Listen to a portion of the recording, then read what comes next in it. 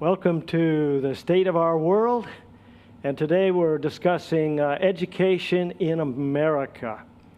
I'm Alan. I'm a retired professor from university and pastor, and with me is James. I'll let him introduce himself, and he's going to start our discussion with the first question.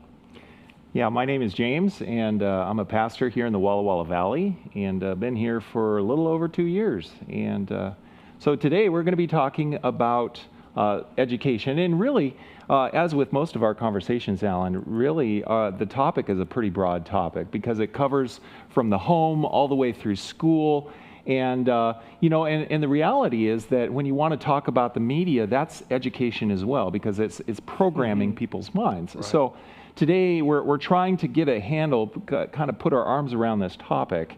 And so today we're first going to go to the public education. We're going to come kind of land on this big topic here on U.S. schools, public schools. So give us a little bit of understanding here, Alan.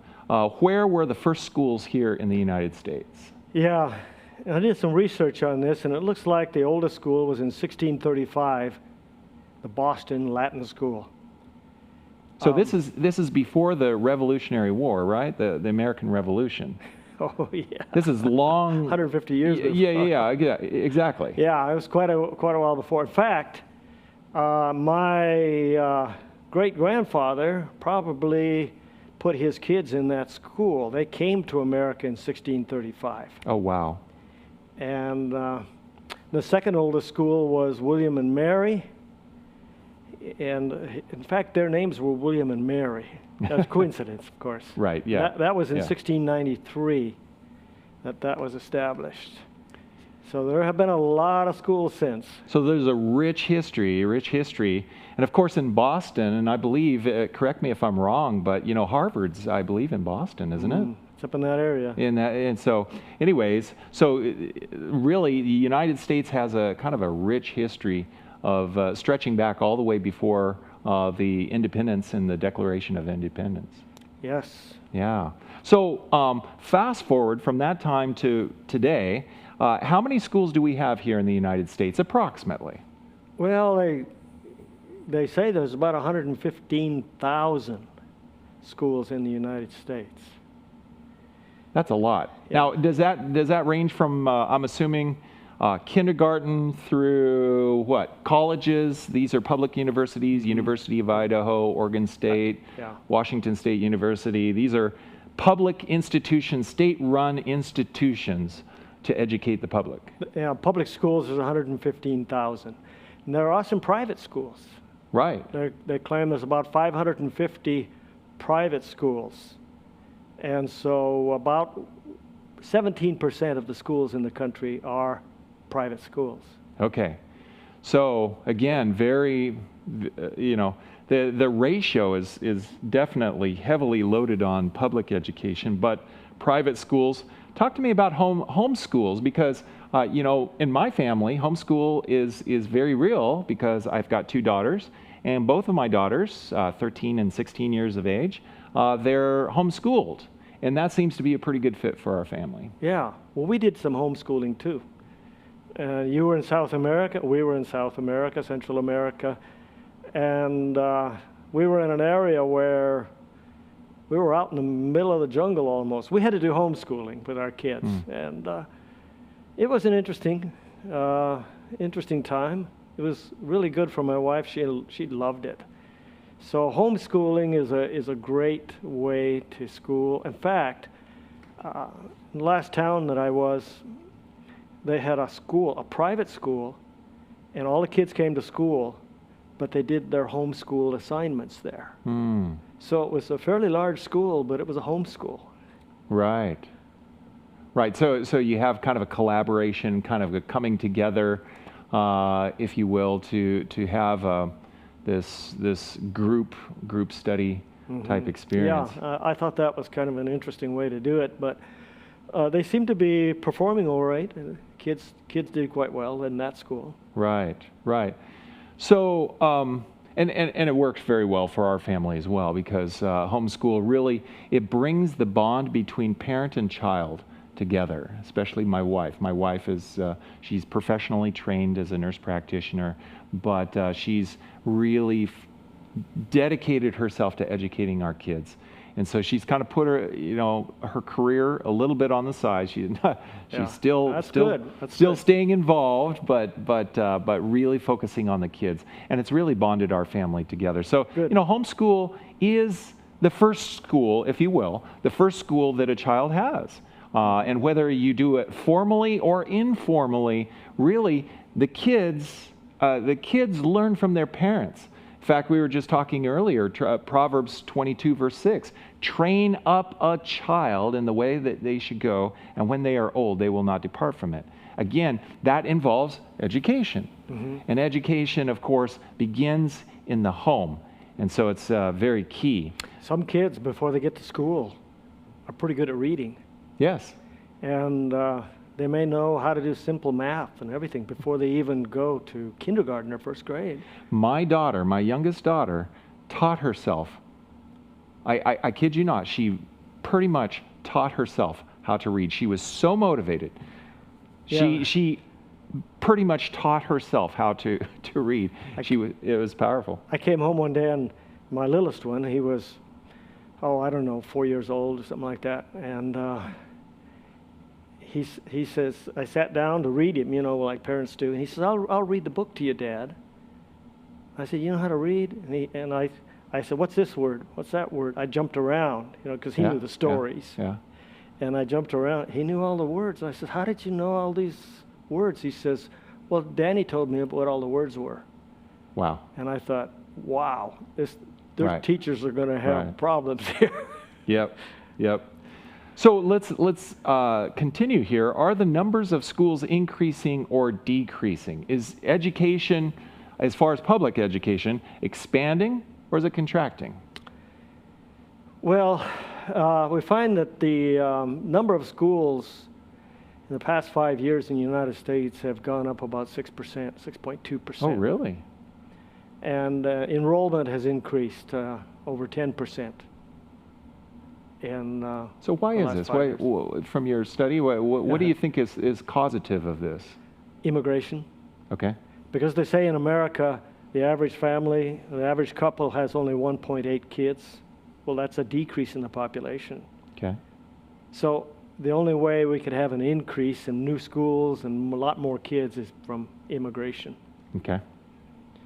Yeah. So schools are increasing. It's interesting too, because while schools and education is increasing, there are some other dynamics that are going on, and one of the dynamics involves money, right? Yeah.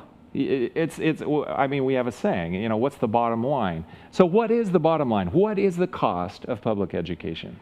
Yeah, and this is interesting because people who send their kids to private schools, and we have a private school we're associated with here. People who send their kids to private schools, like you mentioned to me once, they're also paying for public school, they're paying for private school. They're paying through the taxes, right? Taxes, yeah. Through your taxes, you are paying for public education. Whether or not you send your kid to public or private, you have to pay your taxes. And my father wasn't real strong in Christian faith, and he said, I'm not going to send my kids to a private school when I'm paying for public school. So all of us up through at least the 8th grade went to public schools. Mm-hmm. And I really realized the difference. Really? When I went to a private school, a private Christian school, then I said, wow, there's a difference. Yeah. And I have heard even pastors say we shouldn't have private schools. And from your perspective, you're like, warning bells. Yeah, and I look at that and say, wow, maybe they've never experienced both sides. My wife also went clear through college in public school. My father grew up and grew up without any sort of religious upbringing, kind of marginally Episcopalian, and but it was all kind of on the books. It never really was personal. And but his father, his mother passed away from cancer. His father remarried an Adventist lady, and she says these kids are going to school at an Adventist school. Of course, the father didn't care. So he's like, okay. So he was a businessman and he could afford it. So he sent him to Laurelwood. My dad said Laurelwood changed his life. Yeah. Well, in the case of my father, who was not, he didn't like private school. He didn't want his kids going there. Mm-hmm. And by the time my sister finally got to college, she says, I want to go to the local university here in the same town. Mm-hmm. And he says, over my dead body, you're going to an Adventist college. Makes a difference. He had changed totally, but not Oh like the my. time. Oh my. But getting back to that, the cost in the average student, K through 12 in the public school, is around $15,000 per year per student. That's interesting because that was about the price of going to Walla Walla University when I was attending college. So definitely the price of education has gone up. Yeah, in some cities they say it's as high as $21,000, $22,000 per student. Yeah, these But are the in big cities, average right? around the United States is about $15,000 per student. What about a public 4-year college experience? Yeah, and that public, if you're out of state, you find out what it costs. Yeah, very quick. Because you have to pay the full cost of the tuition, right. which is, it's over $26,000 a year. Mm-hmm. So we might complain about the cost in a private college, but you'll find out if you go out of state to a public college, you'll find out what it costs. Right. So public education, while education as a whole is expanding, right? There's some other dynamics that's going on. Why there seems to be a rise in private schools and homeschooling. Could you just shed some light on that? Why is that? Yeah, well, there are a number of factors that we need to consider, and parents in public school meetings, when they go to board meetings and so forth, there are some complaints. And for some of those reasons, they pull their kids out of public school and put them in a private school. One of them is that the low performance on standardized tests. And They're just not making the mark. Not really. And I think we could talk about this a little bit later, but I might say that in reading, the public schools are about 20% lower. Really? Wow. In math, it's less than that. It's 7 or 8%. That's significant. Yeah, it's a significant difference Right. in their test scores. Yeah. And another problem is that parents don't know about it. They don't realize. And the reason is that the grades have inflated. And some teachers are a little bit lazy, even in college, because I was a professor in college for years. If you give everybody in your class an A, you don't even have to grade the papers. Nobody's going to complain. Nobody's going to come back and say, what was my test score? Show me my paper and how you graded my paper that I wrote. They all get an A. Everyone's happy. Nobody questions. Nobody questioned it. So Yeah, a lazy teacher can get by just giving everybody an A. Sometimes we don't think about that. Another thing is that they found that a lot of parents are unaware that their kid isn't up to par in, let's say, math or science. Those are the big ones. Because their kids are coming home with A and B letter grades. Now, those letter grades often depend upon attendance and how they behave in class and a lot of other things too. So they're not aware of the fact that, hey, we're not up to par. That's right. Even with the rest of the world, even we're about number 30 or 34 or something like that. Right. In our education. Right. Another problem is today people see that sometimes our colleges and even our schools, it could be any school, they're not really preparing a young person to make it in life. And I noticed just looking at local curriculum here, one time I was checking the curriculum for college, and you have general studies. They didn't require anything practical. Zero requirement for computer zero requirement for business. Yeah, balancing your checkbook, Yeah, those all the life skills practical that are, things. And to hold a job even. right, holding a job, balancing, getting a budget. Kids, they found that the kids around third and fourth grade are, they're up there higher. But by the time they're graduating from high school, they're really low in this country. They're down to like 40% or 30% Right. of the level they should be at. Yeah. And it's surprising. In fact, I could say on math, we could talk about this a little bit more, but on math in college, I had some kids, and I had lectured on something, and I said, well, this had to do with aerodynamics, and I said, if you're going twice as fast, it's going to be 4 times as much lift and drag. That's by the square of the velocity. So twice as fast, 4 times as much. And on the test, I didn't realize what I had said, and I said, what % increase in lift? If you double the speed, what's the % increase in lift? And they come up and said, I can't figure that out because you didn't talk about %. Oh my. It should have been 400% Right. increase. Yeah. They couldn't figure that. These are college kids. Right. And I thought, man, they're lacking in math skills. Right. Or good cognitive ability to correlate, Yeah. learning across the board. Yes. Wow. And also, we have in public schools, a lot of parents are a little upset about the critical race theory. It's dividing parents and the community, and they don't like what's being taught in the public schools. Sure. The kids feel they're inferior if they're a particular race, and they have this agenda in the schools. So that is creating some we'll talk about that again. And there's some anti-American propaganda. Right. Like the 1619 Project. Oh, man. That just kind of a rewrite on history. Right. That is just takes a very dim view of where our American forefathers came from. Yeah. Now, understandably, our American forefathers were not perfect. I mean, I invite anyone watching this to say, hey, I'm the first perfect person there was, well, congratulations, if that's the case. But the reality is that our American forefathers, they were flawed individuals, like all of us. Yeah.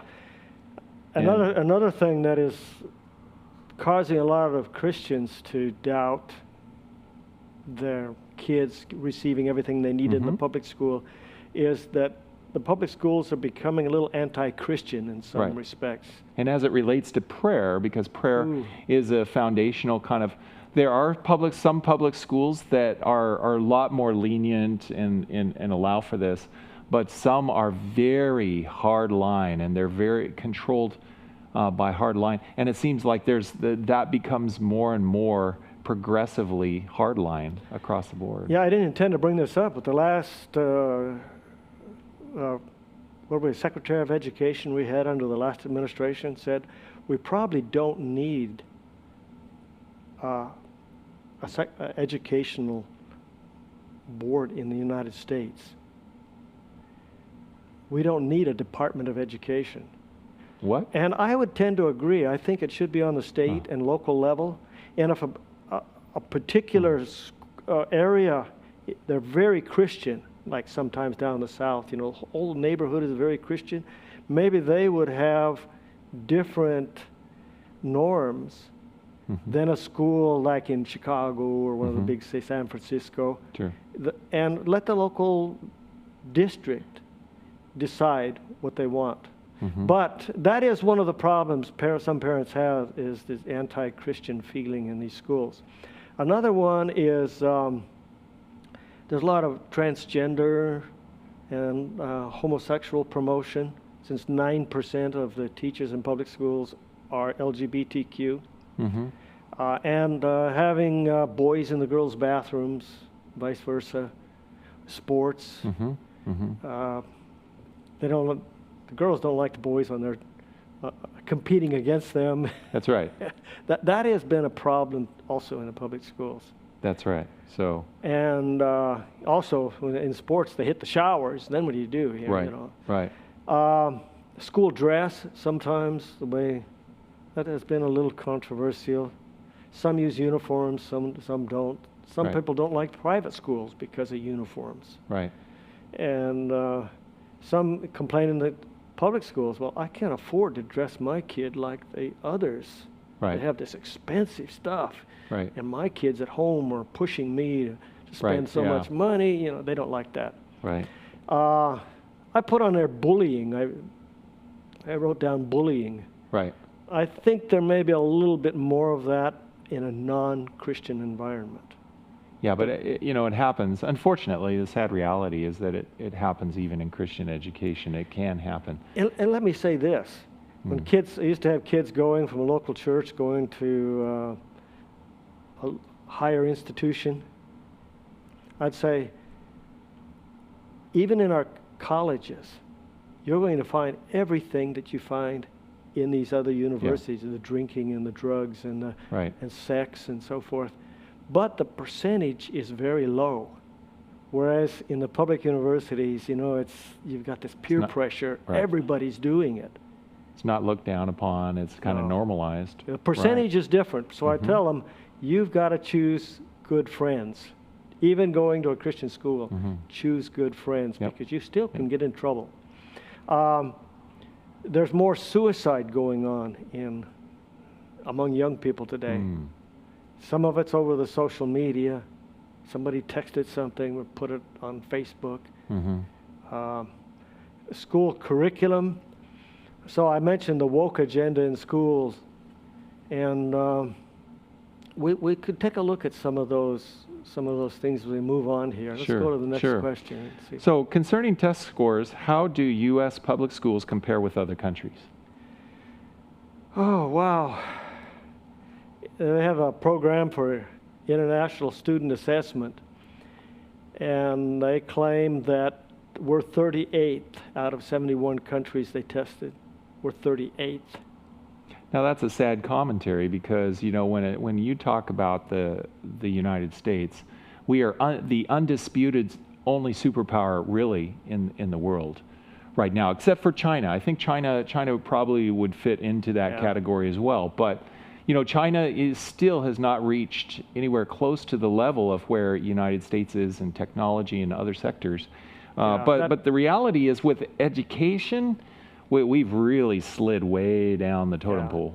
And that's 38th in math. Math has been a big problem in our educational system. Really, yeah. Students complain about it.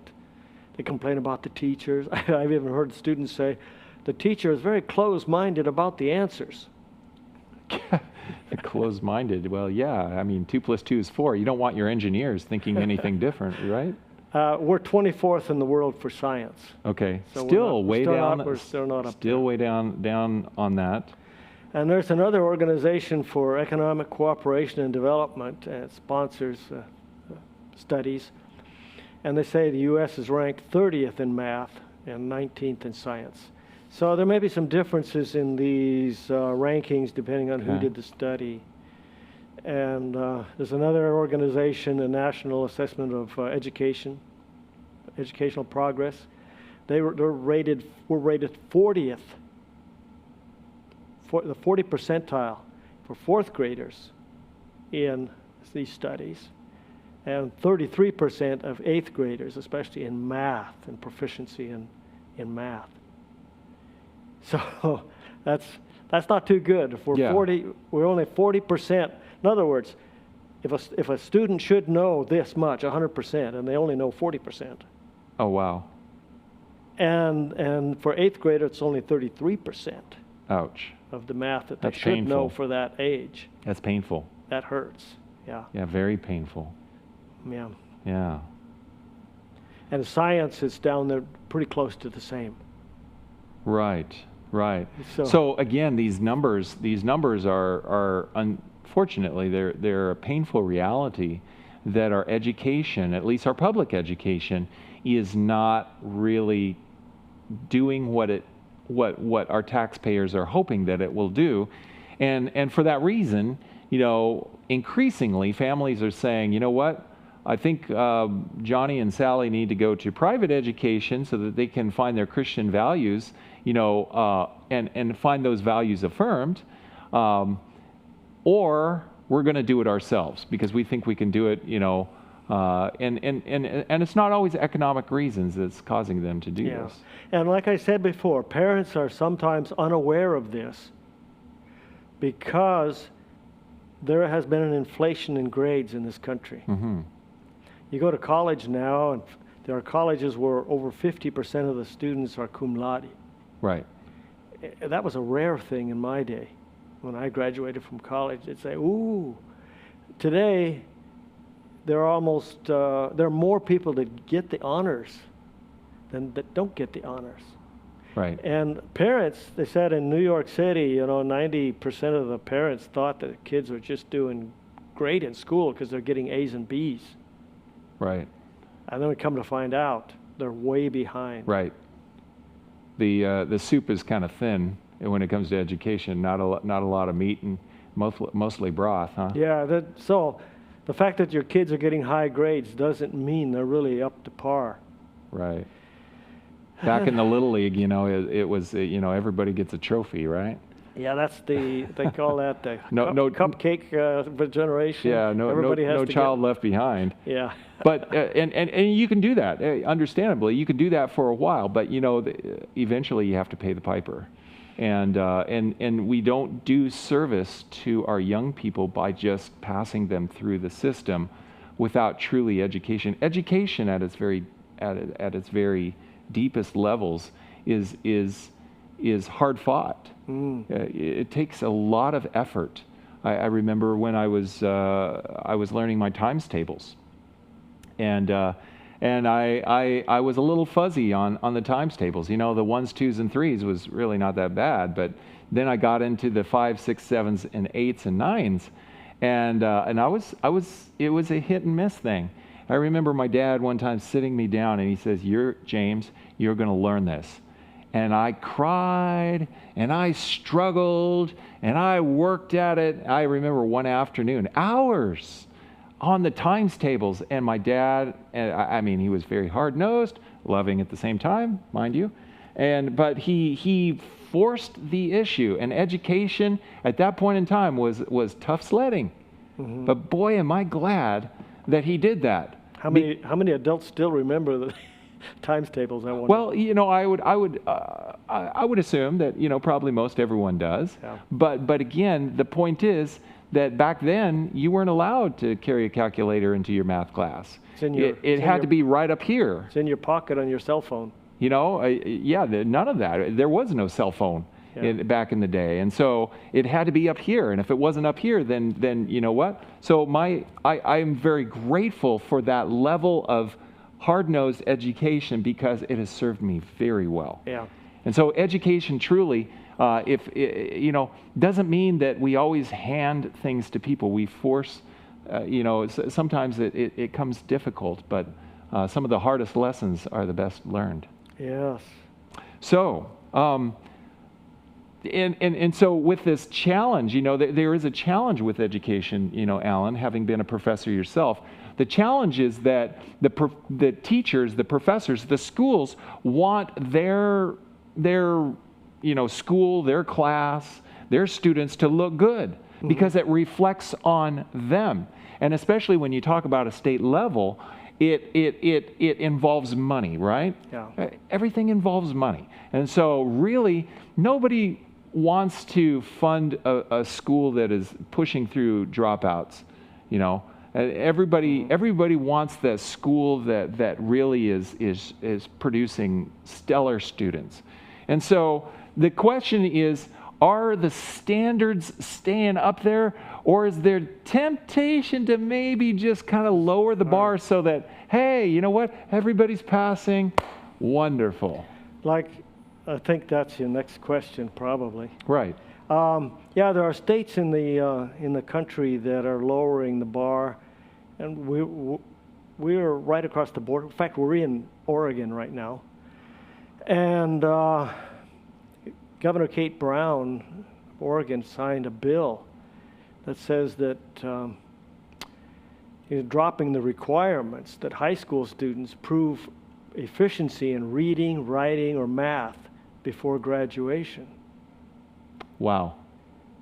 So there's no way to really tell, to be able to assess. There's no assessment method that says this person is at a high school graduate level, they are good to go.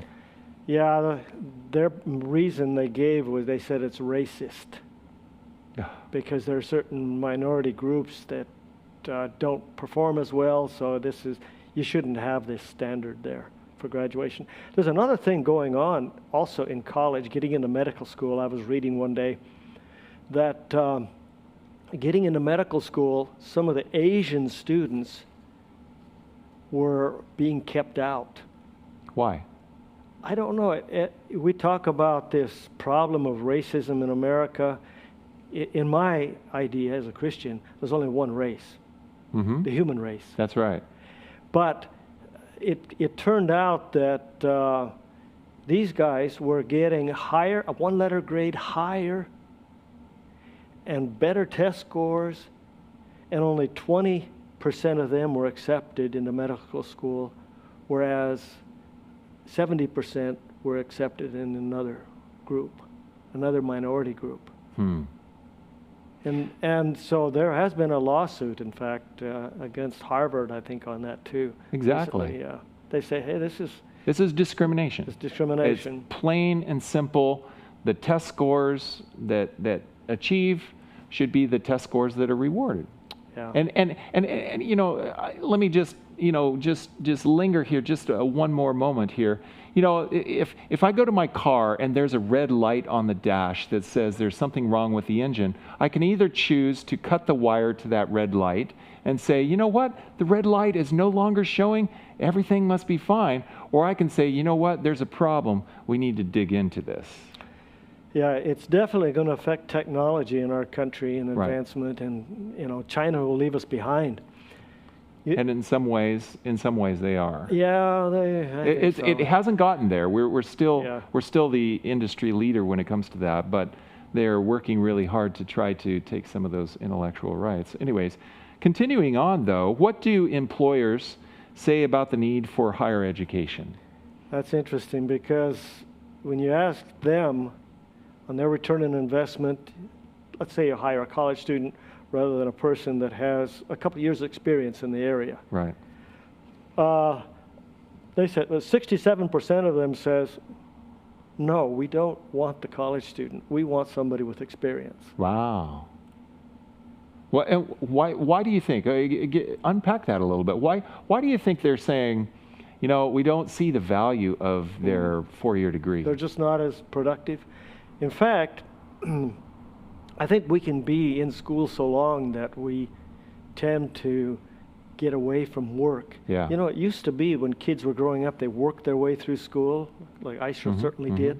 My parents weren't wealthy, and I had to work from being a child. From the time I was 10, 11 Right. years old, I started working, and we don't see that today. And when some of these got out of college, and they're used to that easier sitting Yeah. around, and Yeah. man, if I have to be at work 8 hours a day, 9 to 5, yeah, that's terrible.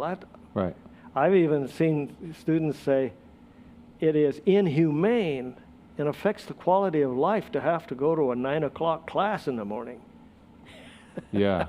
Well, welcome to the real world. Yeah, the real world. The real world. And you know, along this line, I'd like to share just a brief little vignette story that really brings this out, because my brother works for a programming company. Yes. In fact, the person who owns the company is a very good friend of mine, and so my brother is the lead programmer for this business, and they do a lot of programming for the church. And but very interesting is I've talked with my brother and also talked with my friend who owns this company. They said we don't hire college graduates from the university close by. And I said, well, why is that? And you know what they said? Because they are not training them for the real world. And what we're doing is we find that these graduates are not prepared for what we expect them to perform. And but let me put a little interesting story on this. There was a graduate that went out of his way to contact this company and said, "I would like a job with your company." And so my friend who owns the business, he said, I'd like to do an interview with you. I'll do an interview with him. And he has an interview in which he asks him a whole spectrum of questions, and challenging questions too. And he didn't perform too well. And so in the post interview, my friend James, who owns this company, also named James, owns this company, he said, these are areas that I suggest that you work on and improve on. And so, you know what that young man did? He went back home, he did what James said, was a real go-getter, and then came back and said, okay, I want you to reassess me here. And you know what? He has a job. He has a job with that company because he is a go-getter, and you can't teach that. That's kind of an inner, and nowadays Parents young can people teach that though. Yes, and that's where you get it from the first school that you go to, and that's the school of life and the school, in which your parents are teachers. Yeah. So very powerful story, but now. Yeah, my friend James, who owns this company, he says we just can't find programmers who can really come in and produce like we need them to. Yeah, you got to be self-motivated. That's right. And like I say, things are different nowadays. Right. And I even was reading about a young fella that was going to college, and he finally decided he needed to learn how to read. Oh. I don't know how he got that far. Right. Well, right. His mother read everything to him. Right. He had an intelligent mind. Well, and I think it's important for us to realize, reading sometimes becomes difficult for certain people because, dyslexia is a very real thing. And right. I don't want to minimize that in the least because, I know people in our family have dyslexia. I've known there's a college professor in the engineering department who's a very, very excellent engineering professor, one of the best professors at Walla Walla University. And he struggles with dyslexia. And he worked his way, and I mean with the grit, he got through. So I don't want to minimize, reading. That's a person who has some values but again, struggles in life. Somebody who's willing to put forth the effort and the energy that says, I'm going to do this. Yeah. There's no substitute for that. Yeah. So let's talk a little bit about resistance. Is there a resistance to allowing parents to influence the curriculum in local districts? Yeah, I was reading something about that where Texas, the Attorney General in Texas and Indiana, they joined in a lawsuit against the federal government and the White House in particular that was saying that the White House was saying that these parents are terrorists. They're domestic terrorists who come into the meetings and are demanding an increase in the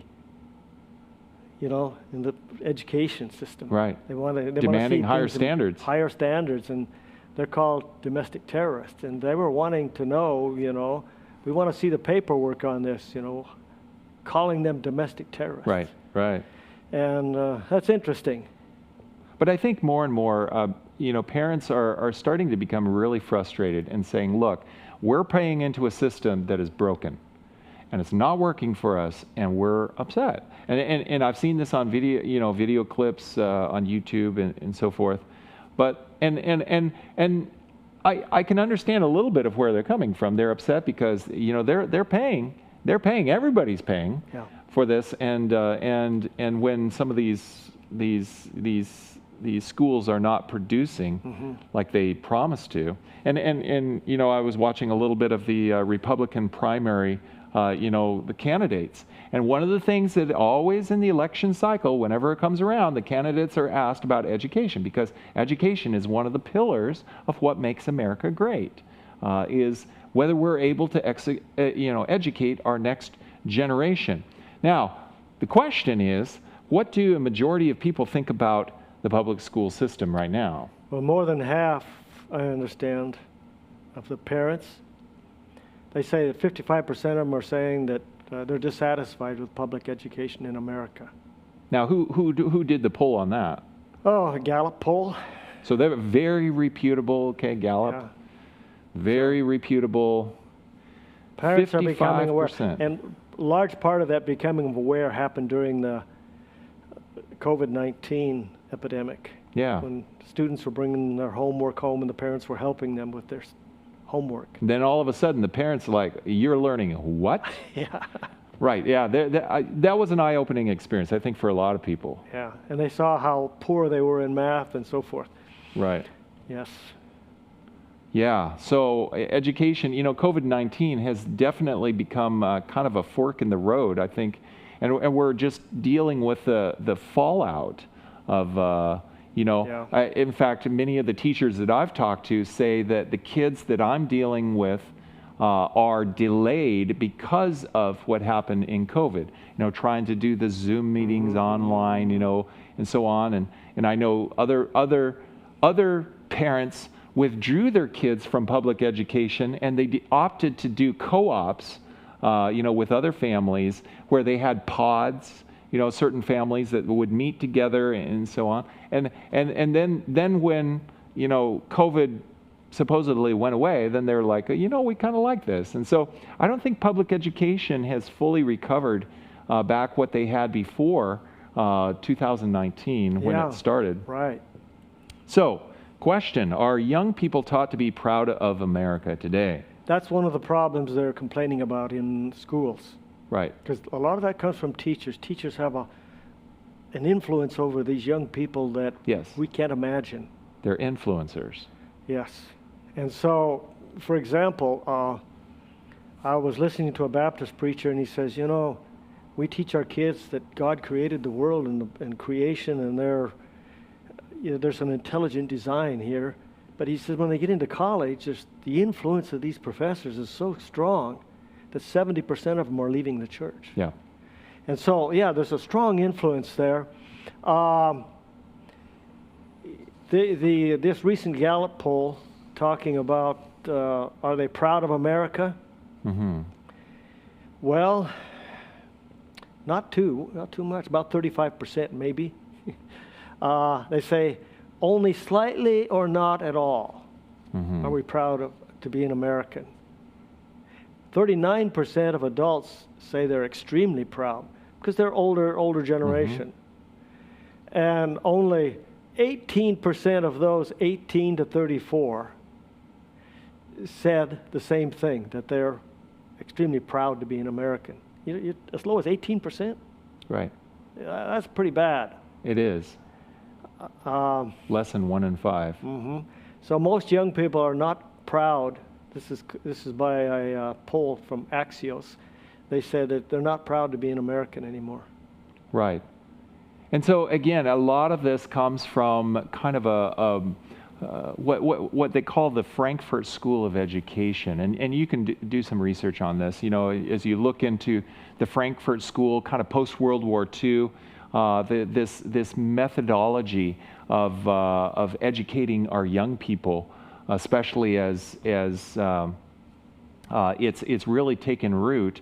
And so now there's this whole socialist kind of a flavor, if you will, that has crept into education. So now that even in places like Harvard and some of these Ivy League law schools, they're now the lawyers that are coming out are now saying, what, we need to scrap the American Constitution and we need to start over. Yeah. And things like that. So again, this Influence that they influence have. and failure to recognize the value of what America has accomplished. America is one of these great movements of world history. The world has never seen anything like what America has provided. Yeah. And An interesting thing on that, in this, there's one study called Statista. They did a study, and they found that in China, 89% of the Chinese residents trusted the government. yes, That the government's going to do the right thing. 9 out of 10 persons say, yep, the communist government's going to work. Do And it. where do they get that? They are influenced through the educational system Wow.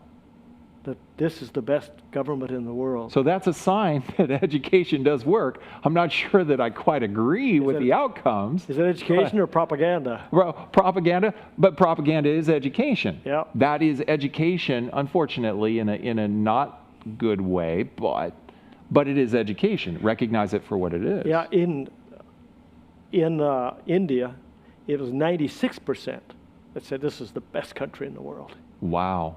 So Interesting, again, isn't it? education does work. Yeah, What and program- in some of those what- countries, you'd be surprised if you come out and criticize the government. In India, for example, you can get life in prison. Ooh, In places, there are other places where it's worse. right. So they don't dare criticize the government. China, you don't dare criticize. Yeah, everyone the government. agrees. Yeah, when everybody's you're in next on the agreement. chopping block.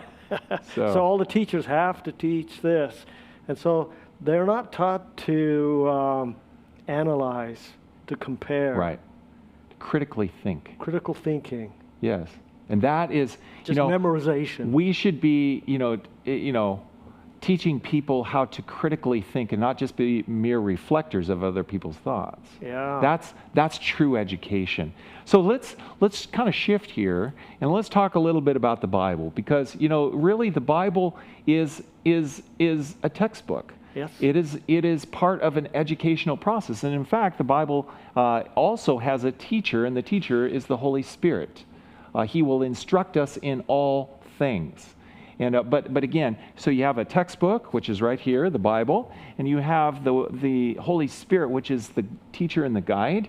What does the Bible say, and what should we be teaching? Yeah.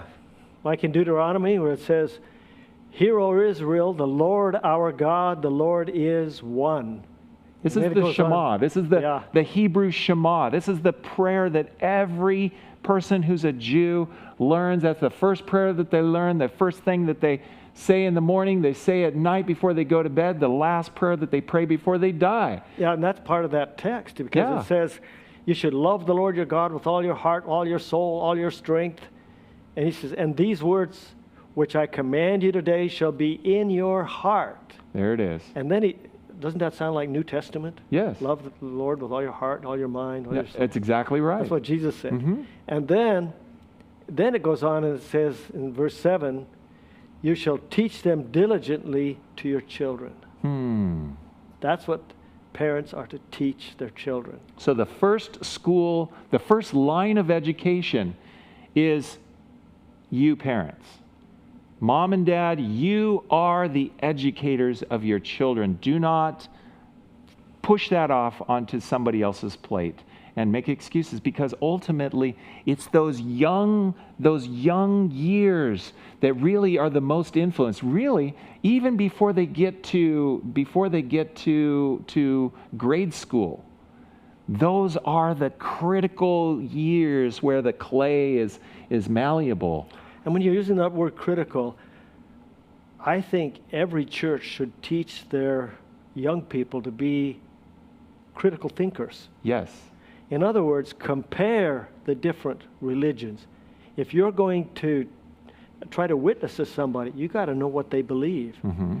Also, you should be able to read other literature. Mm-hmm. Now, with little children, it's a little hard because they're, under 7 years of age, and Sure, yeah, sure. that's pretty hard. Sure. But as adults, we should be able to compare Sure.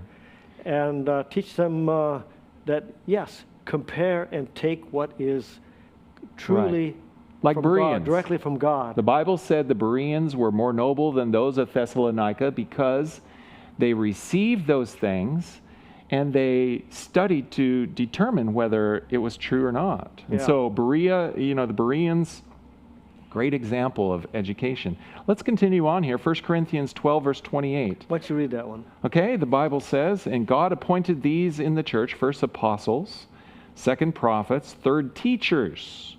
After that, miracles, then gifts of healing, helps, administrations, varieties of tongues. So that was what?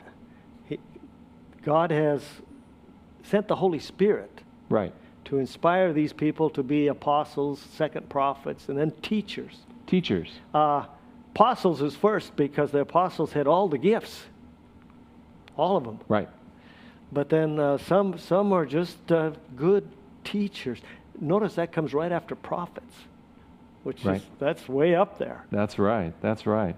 Let's continue on. Psalms 119, verse 66. Teach me good judgment and knowledge, for I believe your commandments. So here is the psalmist speaking to God, direct to God, saying to God, teach me good judgment and knowledge. That should be a prayer I think everyone can pray. What's the right? difference between knowledge and good judgment? Good judgment is wisdom, Yes. and wisdom is what you gain by experience. Right. If a person goes through some bad experiences and doesn't learn from it, we say, not too bright. Right. Exactly. We call that a fool. Yeah, a person can be knowledgeable, very knowledgeable, but a fool, Yeah. right? Mm-hmm. They can have the knowledge, the facts upstairs, but boy, if they're not able to put those into a good process of thinking and rationalization, it's a problem. Let's go to Matthew 5, Matthew 5:19. Whoever therefore breaks one of the least of these commandments and teaches men so shall be called least in the kingdom of heaven, but whoever does and teaches, there's the word, teaches them, he shall be great in the kingdom of heaven. Yeah, and that kind of goes along with Deuteronomy too, and, Right. and Psalms, where it mentions the commandments, and whoever teaches them. So teachers in the kingdom, in kind of heaven's economy, teachers are just right up there, right? Yeah, and what they're teaching are principles, Right. because when you're talking about the commandments, these are principles, love and respect, Right. that are throughout all the commandments. And so that's what God wants us to teach our children. Right. That kind of love and respect for Him and love and respect for other people. Yes. And in Jesus' day, many of the people that came to Jesus said, teacher, because they recognized that Jesus was a teacher. In fact, wherever Jesus went, if there were just a few people, he would begin and he would take that opportunity, kind of a learning moment. And those are really the best teachers, because they are able to take life experiences, turn them into learning moments. And He taught by example. He taught by example. I think, a lot of people think, well, He came to heal people and to heal the sick, and that's the most important. But I don't think so. I think He did that because He was just compassionate. He really came to teach us about the Father, what heaven is like, what God's character is like, the plan of salvation. And His compassion just wouldn't let Him pass certain people by. Yes. And so really, you brought out something very important. A person's example is a powerful teaching moment, a teaching experience. Francis of Assisi said, always preach the gospel, and if necessary, use words. So the idea is your actions are going to speak a lot louder than your teaching. And let me bring this out right now. In our schools, a lot of them that I went to school with are no longer in the church. They're no longer in the faith. So the people that went through and graduated, right? And I analyzed that, and I thought, maybe in the past we didn't do things right. Maybe we taught rules rather than principles. And as soon as they graduate, the rules are gone, and anything they're attached to, the Bible, spirit of prophecy, that's all attached to the rules. And so they left it all. But if they had taught principles, and the reason principles are so hard to teach is you teach principle by example. And that's the reason. Well, and the other thing too is because situations change. I mean, you're a teacher of aviation, you're a flight instructor, And one of the things that flight instructors in the FAA really is pushing hard is scenario-based training. And so in a scenario-based training, what you're doing is you're giving your students a situation in which they have to think. They have to come up with a solution. And really, that's the way our education needs to be. And parents need to be that way. Bringing their children up, they need to be a little firm and disciplined until they get to their teen years. And in those teen years, say, you know what is right and wrong. Right. Make the right choice. Right. But it needs to come before you totally let go. You need to kind of give them the opportunity. Let go a little at a time after that. Little go at a time, but you have to let go. Matthew 28, verse 19 and 20. This is the Great Commission, Jesus' great gospel commission. Go, therefore, make disciples of all the nations, baptizing them in the name of the Father and of the Son and of the Holy Spirit, teaching, there's the key word, teaching them to observe all things that I've commanded you, and lo, I am with you always, even to the end of the age. Amen. So, is teaching an important part of the gospel commission? That is the commission. It's foundation. Go teach. Yeah. Go and make disciples. You know, most people say, the go is the imperative. It's actually not. Go, it's a participle. Going, make disciples. Really, make disciples is the key thing. And how do you make disciples? Through a process of teaching. Yes. Okay. Right. Process of teaching. Just a few last verses, and then we'll wrap up here. Proverbs 1, verse 5. A wise man will hear and increase learning. So, we need to be continuously learning, and if we're not learning, then we're going the other way. We're regressing, right? So, a wise man will hear and increase learning, and a man of understanding will attain wise counsel. And then finally, 2 Timothy 3, verse 7. Some people are always learning and never able to come to the knowledge of truth. Yes. They lack something, don't they? Yes. You keep on learning, and you never really apply it to your life. Yes. I think that's what he's trying to say there. They really don't understand what the truth is supposed to do to them. You're spinning your wheels, a lot of spinning, but it never gets to the ground. It never, the rubber never meets the road. You may be just being taught by other people's opinions rather than fact. Yeah. I also, talking about those Christian values that we teach in our schools, I think the most important thing is character. Yes. That you don't get that in public schools. Right. And then the second would be morality. To be a moral person. To teach, to have Bible principles. I used to give advice to students in college, and I'd say, first of all, you learn how to share your faith. Number 2, learn how to write. Number 3, learn science. How about computer science? Know how to use a computer thoroughly. And then know business. If you don't get those things in your education in college, you're in trouble. Yep. I guess we're running out of time now, so we want to thank everybody for being here today, and remember that you can go on to YouTube, and you go to the YouTube channel called State Line Advent Media, and get some more of these programs. And so be sure to click on videos there. And also you can go through statelinesda.org and click on the video tab. And be sure to click on the little buttons down below to share with others too. We want to be sure you do that. So thanks for being with us again, and have a good day.